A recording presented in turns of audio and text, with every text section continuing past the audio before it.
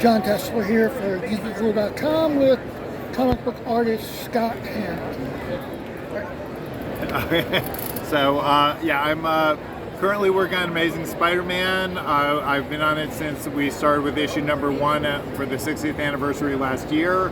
I'm also about to start Spider-Man India, and I just actually created my own characters for a newspaper strip called Dodge and Hustle.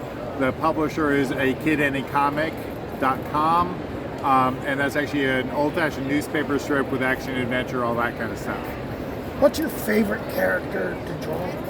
My favorite characters since I was a kid were Batman and Spider-Man, and fortunately in my career I've spent a lot of time drawing Batman and Spider-Man, and they're literally still to this day my favorite characters to draw. And for totally different reasons. Like Batman is all about the night and the city and the cape.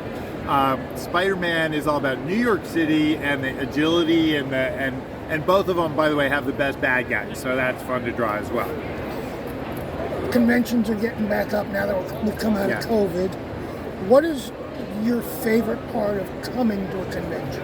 My favorite part is, I was actually talking to another artist about this, that we actually work by ourselves at home. So it's a kind of lonely profession that you're isolated, and getting out to the real world and seeing your fans in person, that's my favorite thing, is to actually see the people. And actually I love doing, when I'm doing commissions for my fans, my favorite thing in the world is actually when they see that art, when they pick up that artwork and they get that glow of, I did it right. You know, if I made my fans happy, that makes me happy.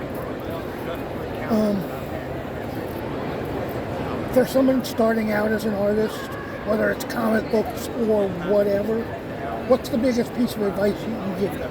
Well, if you want to get into comics, one of the most important things is actually learn how to do storytelling.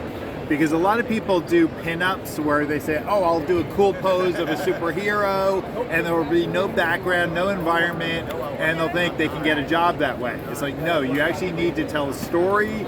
I tell all my art students, I'm a teacher on the side, and I tell all my art students, put the character into a world.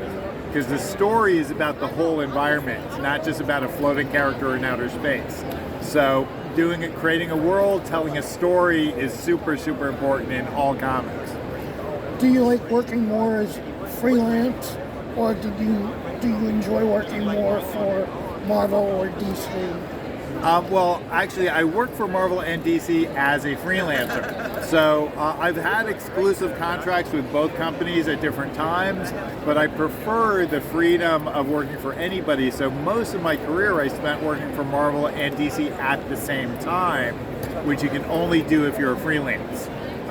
So I actually prefer that. It also enables me to, like right now I'm working for Marvel, but I'm also doing a create-your-own project, which I couldn't do if I was under exclusive. Thanks a lot, Scott. All right, thank you.